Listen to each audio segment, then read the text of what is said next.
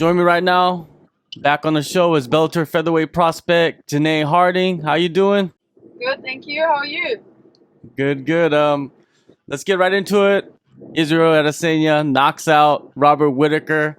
Were you surprised by that result? A little bit, yeah. I was live for the event. We went up to Melbourne for the weekend to go see it. Couldn't miss an ANZ card like that. And we were both rooting for Rob, just because obviously he's just a very underrated champion and a very well-rounded champion. So we were definitely backing him, and I was just so surprised and just Israel's improvement and maturity in the fight. He did so well, and yeah, big upset, but props to him. It was such a great performance at the same time, like such a great performance. Yeah, it was pretty insane how he would be able to come out dancing like he normally does. Everybody thinks that that's new, but that's just him. He's been doing that for many years and go into that Yeah, cage in front of so many people and perform. He is a bona fide superstar.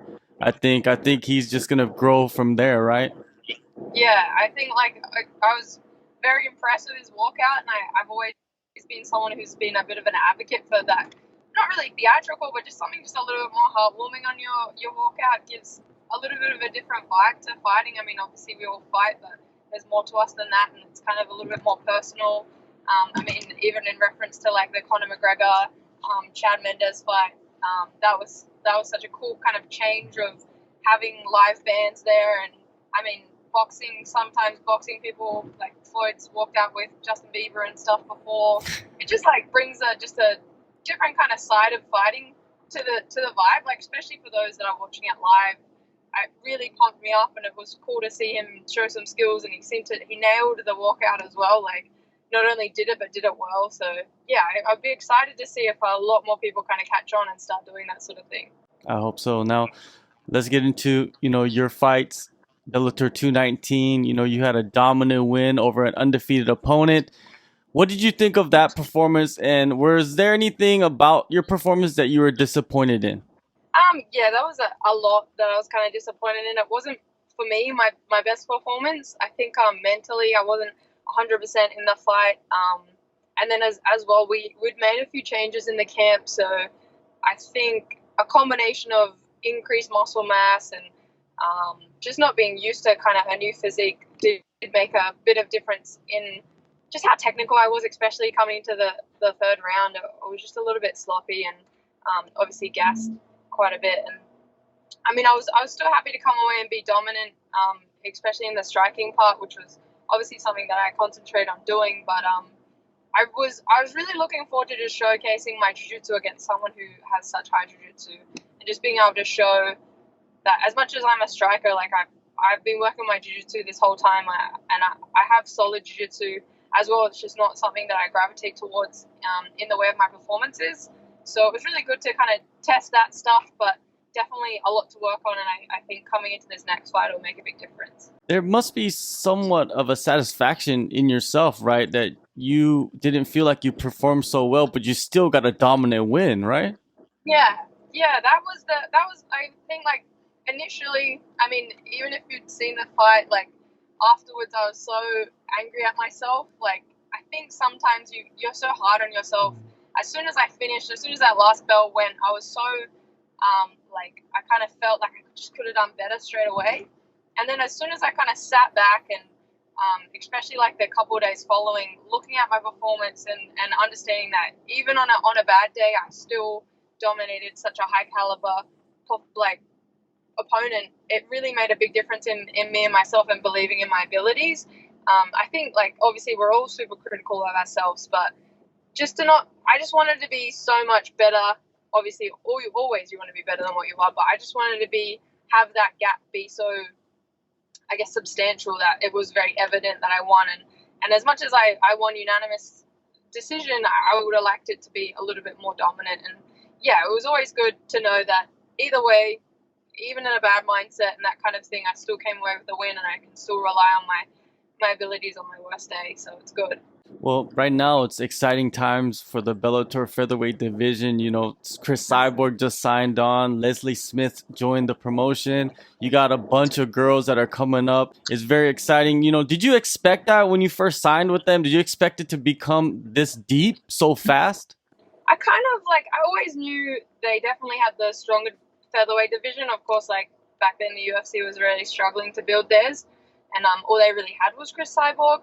And I always knew. I mean, even when I got signed, Cris shared that on her story, and she's always been a massive advocate of just growing the sport, especially the featherweight division for females.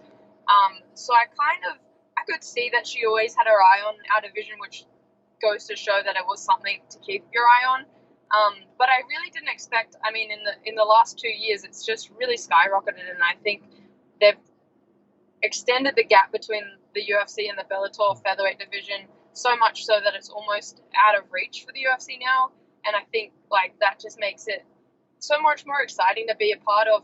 I'm not only like if I become a title holder in Bellator, I'm not only a world champion, I'm a world champion in the deepest featherweight division on earth right now. Like there's no other divisions that will come close. So, and of course, like I would love to fight some of the people in the UFC that are in the featherweight division, but to get that belt isn't just like a token belt. It's a definite major like achievement in itself. So I think it's amazing. I'm so excited that Bellator has put so much effort into making sure that it becomes this kind of caliber. Completely agree. Completely agree. Now, your next step is Amanda Bell, Bellator 233, the biggest test to date for Bellator.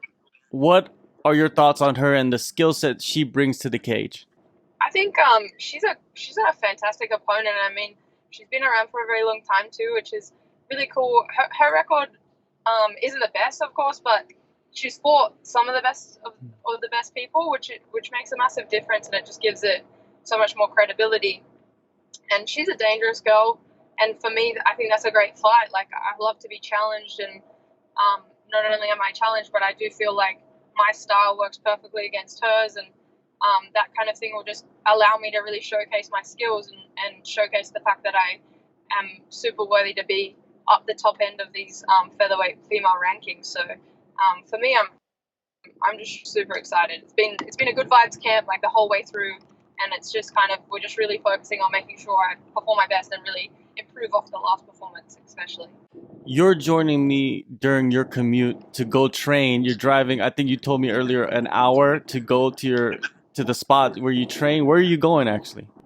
So I'm heading to Grange High Performance, my boxing gym.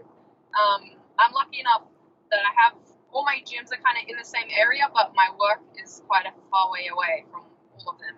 So it's just a couple of days a week that I kind of have to do the big commute. I mean, anywhere, I think anyone in Sydney will tell you, anywhere you go, it's really difficult to set up your lifestyle all in the one spot because Sydney's such a big place. So I don't really mind it too much, but Tuesdays is like a little over an hour just to get straight from work to boxing sparring, and then train for a bit. But it's worth it for sure.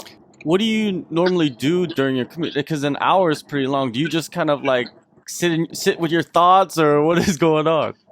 Yeah, it depends. Like, depends what I'm feeling. I mean, a lot of the time I'll throw a podcast on because that obviously helps utilize the time without being kind of on your phone as well. Like, I do social media a little bit on the side as well. So I try not to touch my phone when I'm driving because obviously that's pretty dangerous. And the best thing is kind of just like to keep podcasts on or kind of just think and plan a lot.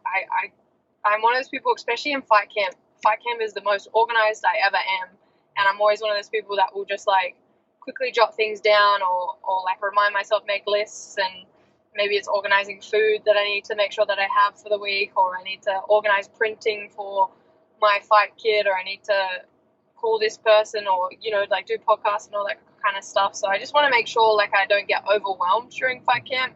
And I think planning for me, it just gives me that peace of mind, and then I don't have to stress about it. I like to be organized throughout the whole camp, so I don't have to stress. Yeah, you mentioned that you're going to your boxing gym. You've been working on your boxing more than ever, it seems like. How far do Yeah. you believe you have excelled in the sweet science? Like leaps and bounds. I think back when I originally started, a lot of people believed in my power of my hands, and a lot of people kind of just assumed that I was a boxer as well because I was taking up these boxing fights. But it wasn't necessarily doing them through choice. I just wanted to stay active, and that was the most accessible sport to me. I was able to kind of do a few pro boxing, and once you get into it, obviously your name gets out, and then people just want you on the show. So it's something that I kind of ended up like subconsciously just becoming a part of. But at the same time, I could never really box. Like, I was never like a great boxer, and I never really refined it as much as I should have. And now, now that I'm at Green High Performance, now that I'm under Anthony Redwood, I've just improved so much. I mean, like, I kind of tell everyone how good of a coach he is, but it's crazy because he doesn't do anything special. There's no fancy nothing, but I've just really stripped back to basics, gotten all my basics a little bit more corrected, and simple things like distance and just keeping my elbows in tight and being defensive, and that kind of stuff has made massive difference on all of my striking, and it shows in all my sparring rounds and stuff. And so when you see improvements like that, like, I know that this gym is the place that I'll stay for a long time. And I think as well, like, I haven't been traveling as much, so I've been able to just stay in the one spot with the one coach and the same group of training partners, and that's made a massive difference as well. Your opponent, Amanda, she is known to bang with her opponents, and you've been working on your boxing. So a lot of people are going to anticipate a stand-up war. Do you see that happening, or do you want to utilize every skill you have? I want to utilize every skill I have. I want to make sure that I'm just showcasing the fact that I'm an all-round fighter. Like I attempted last time, I just wanted to reiterate that I have a solid ground game, and I have a solid all-round MMA game. I mean, I've been doing MMA for a long time now, and as much as I've been working on this boxing, it's just been complementing my original style, and just being like sharpening and cleaning up all my original skills will then make me a little bit more able to show everyone that I am that all-round fighter that can make solutions for certain styles and really work off whatever situation I need to get the W. And I think this next fight will really show. And because she's a brawler, that helps me a little bit. I'd like to show the gap between, like, a little bit cleaner and more technical than brawling. I've been that person that kind of gets into brawls and gets into scraps, but I never had to. Like, I shouldn't have to do that to get the win, where I should just stay clean on my performances and stuff. And I think that's a little bit more impressive than, I guess, showing heart, showing that you're durable. Durable isn't necessarily a good compliment sometimes. So that's my main focus for this next fight, and just really being mindful and clean.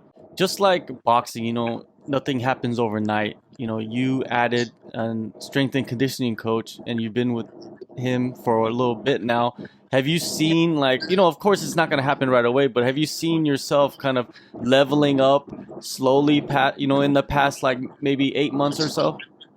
Yeah, definitely. I guess the easiest way to notice the difference is just noticing your physique. And even in between fights now, when I do blow out a little bit, I'm blowing out at a much healthier way, and you can kind of see more definition. And even though I'm a little bit heavier on the scales, physically I look a little bit better. I'm sitting a little bit leaner. I think this next fight as well, coming into it, I will be a little bit leaner.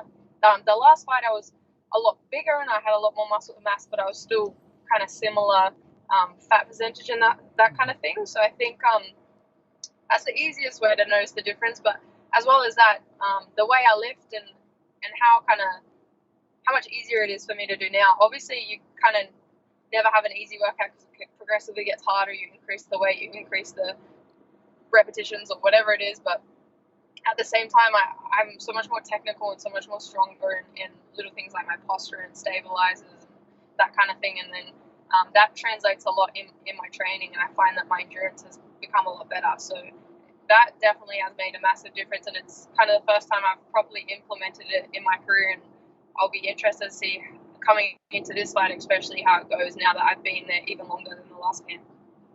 Yeah, becoming a complete athlete, not just a fighter, but just an overall athlete, right? That's what it's all about nowadays, Yeah. to become the best. Another big fight is happening on the same night. Arlene Blankenship facing Leslie Smith. A lot of people will have their eyes on that fight along with yours. What is your breakdown of that fight? I think it's a great fight. I mean, when Leslie got signed, I was super interested in that fight for myself as well. And of course, I've always been interested in a rematch with Arlene, and I'm sure we'll get our time, no doubt. Now that we're in the same promotion, but I'm just interested to see how they go. I mean, obviously Leslie had a great run in the UFC, and she's a veteran on her own accord. But Arlene has incredible skills, especially in the striking, and she's so heavy-handed that I think Leslie will have a little bit of trouble with that. But either way, I think we'll make a great fight, and I'm just happy that I will be front row and center for it, and I'll hopefully be able to run out after my fight and watch it live because it's such a great matchup, and I think with the featherweight division growing, we're just getting more of these great matchups that people are really tuning in for, and I think it will only progressively get better. Early 2020, Cris Cyborg will be challenging Julia Budd for the featherweight title. I think it's the biggest fight the division will ever have, so far. What are your thoughts on Cris Cyborg getting a title shot right away after she got signed? Do you feel like she should fight somebody, or do you like the idea of her fighting for the title? I'm not mad at her fighting for the title. I mean, out of everyone, I mean, even in our division, she's definitely earned it. From her Strikeforce days and Julia's Strikeforce days, they both are such great caliber opponents for each other, and I think that's probably a matchup they've both been waiting for a long time. And Julia's such a strong champion that it's kind of the first match that would come to mind that's going to be Chris's biggest challenge. So I think I'm happy that she gets a title fight, and I'd just be interested to see who walks away with the title, and then how we go from there and who she continues to fight, because there's so many great matchups for her, not only Julia, but obviously people like Arlene and then myself and all that kind of thing. So I think it's just great for the division to straight away draw attention to Cyborg signing over to Bellator, giving her that title shot, and then really bringing the viewers over and getting excited for it. Do you think Cyborg will knock out Julia Budd, or do you think Julia Budd will be able to knock out Cyborg? To be honest, I don't think it will be a knockout. I think if anything, it would be a TKO by either ladies. But I just think I think especially now Cyborg's a little bit more well-rounded, and so is Julia. So I would be interested to see, especially after watching Cyborg's last performance in the UFC, it was interesting to see how she went against someone who could take a few shots and going to decision and stuff. Now I think as well, I do think she is slowing down a tiny bit just because of her age and because of her age in this sport as well. That makes a big difference.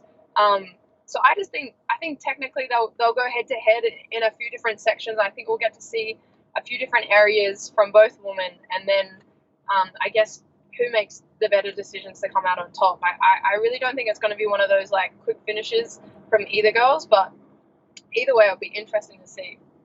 Yeah, definitely a fun fight. Because Julia Budd seemed unbeatable recently, and that's why I like this fight, because it's can she beat Cyborg? That's the big question. Now, how unbeatable is she? Yeah, exactly. You've trained in Asia, you fought in Asia. Bellator is going to Japan at the end of December. Are we gonna see you on that card? Do you want to be on that card? I would love to be on that card. Obviously, all my energy is going into this next fight. But I haven't really fought in a while, and I've only fought once with Bellator this year, so I would love to finish the year off active with a quick turnaround. I'm hoping to come out, obviously, with no injuries and no issues there. But Japan, I mean, of all places, Japan was the one place I didn't get to go when I was living in Asia, and I was kind of moving around to a lot of places. And to fight there, the fight fans in Japan are insane. So that would be amazing. And then with Fedor and the main event, that would just be an extra bonus. And all the Ryzen fans, I couldn't think of anything better. I have my sights set on my next matchup, and I'm kind of hoping to move that along with Bellator soon. I have 2 fights left on this contract, so after Amanda, I've got 1 left, and if they can turn it around quick, I'd love to see myself in Japan for sure. Yeah, maybe the winner of Blankenship and Leslie Smith. Who knows? It's like a little mini tournament on Yeah, and on exactly. November 8th, right? Well, it's gonna be great to see you back in the cage. It's been a while. Bellator 233, Oklahoma. Thank you so much, Janay, for the time, and good luck on the fight. And hopefully, we'll see you in Japan. For sure. Thank you so much. Appreciate it, man.